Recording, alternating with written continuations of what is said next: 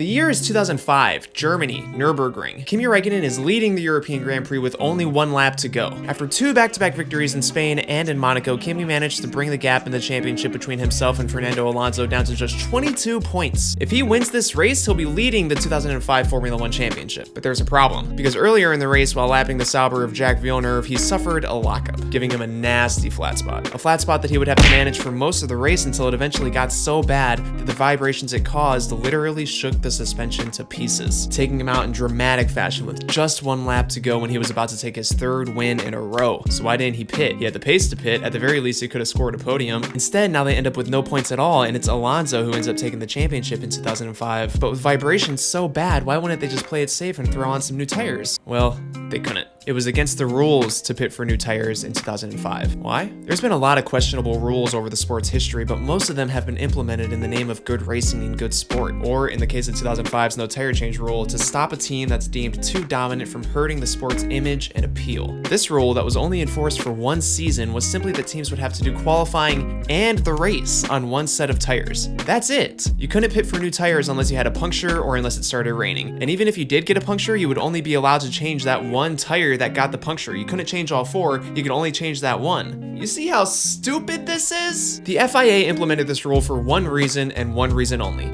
to stop Ferrari. The early 2000s were, of course, Ferrari's golden era. They couldn't be stopped, so everyone thought, I assume. They won in 2000, they won in 2001, 2002, 2003, 2004. They won everything there was to win. But in 2003, things were at least close. Remember that Michael Schumacher only won by 2 points in 2003 over McLaren's Kimi Räikkönen. Not exactly a dominant performance, and there is a reason for that, but hey, this isn't a video covering the F2005, even though we will talk about it a little bit. Close battles and close championships. So even though Ferrari were winning, they weren't exactly sweeping the floor. That changed in 2004 with the F2004, one of the most dominant car and driver pairings that Formula 1 has ever seen. Michael Schumacher and the F2004 were like me and your mom.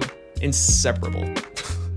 Oh my god. This made Bernie Ecclestone and the FIA nervous because after this dominant performance, they thought that Ferrari would never be stopped and that people would stop watching as a result. Something had to be done, obviously. This was coupled with the fact that in 2004, the cars were just too damn fast. Michael Schumacher had actually put out statements during the 2004 season saying that the cornering forces were just too much and that something needed to be done to slow the cars down. There were also safety concerns about the cornering speeds. The 2004 cars were actually so fast they would go on to hold pretty much every single lap record all the way up until 2017 when the cars finally got faster, which is crazy. So in June of 2004, the World Motorsport Council got together to come up with ideas on how to slow the cars down for 2005. And when the group failed to approve anything within the 2-month window that it was given, the FIA then submitted 3 different proposals to all of the teams to see what they wanted to do. And when the teams couldn't settle on what they wanted to do, the FIA just went ahead and made the choice for them. And what did they come to? Well, for starters, some pretty significant aerodynamic changes, coupled with some new sporting regulations that stated that engines now had to last 2 race weekends. And of course, the banning of in-race tire changes. So we have 2 goals for 2005. Slow the cars down because they were just getting too damn fast, which the aerodynamic changes did a good job of doing. And our second goal was to clip Ferrari's wings. Make no mistake about it. Those are the 2 motivations. Slow the cars down, stop Ferrari dominance. And stop Ferrari dominance we did. The only race that the Italian team and Michael Schumacher would win in 2005 after one of the most dominant seasons in F1 history in 2004 would be at the infamous US Grand Prix in Indianapolis.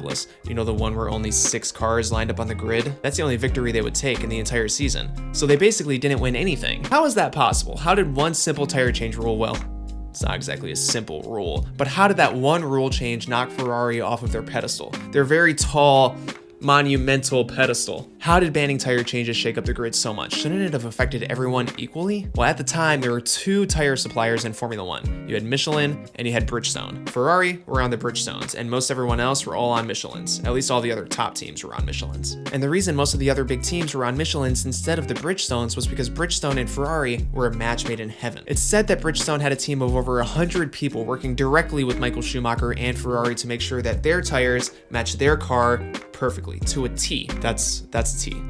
That's a T. And this partnership was one of the key reasons why Ferrari were as dominant as they were. What Ferrari would do in the early 2000s and 2004 especially was to basically do a bunch of short sprints during the race, sometimes doing as many as 3, maybe even 4 pit stops during a single race. The Ferraris were designed with small fuel tanks and short wheelbases, and they had Gorilla Grip tires to go along with them that, even though they wore down quickly, were blisteringly quick. And don't forget that this was during a time when refueling was allowed in Formula 1, so they would fuel the cars really low and throw on a new set of super soft Bridgestone tires multiple times throughout the race, tires specifically made just for these short sprints on low fuel loads. So Michael Schumacher as well as Rubens Barrichello could go out during a race and do basically hot lap after hot lap, building up a big enough gap to come into the pits, get a little bit of fuel and some new tires, and then go make up that time that they lost in the pits by doing what's basically a bunch of qualifying laps, a bunch of hot laps. And this was Ferrari's whole game, and the FIA knew it, so you had a tire specifically formulated to do short, fast sprints, the exact opposite approach of the Michelin tires, which were formulated to be more durable and last much longer. It's worth mentioning that the Ferrari-Bridgestone partnership is also why there were so few teams running the Bridgestone tires in the first place, because it was said that any team besides Ferrari that were running the Bridgestone tires were basically always playing a second fiddle to Ferrari. They weren't getting the same treatment. They were basically being treated as second-class citizens. So when the FIA came and said that you could no longer change tires during a race, a change that they made very late in the 2004 season, they knew that this would throw Bridgestone off their game and give the advantage to Michelin and all of the cars that were running the Michelin tires, which is exactly what happened. Because Bridgestone didn't have enough experience or enough data to be able to make a tire like the Michelins that could last for long sprints during a race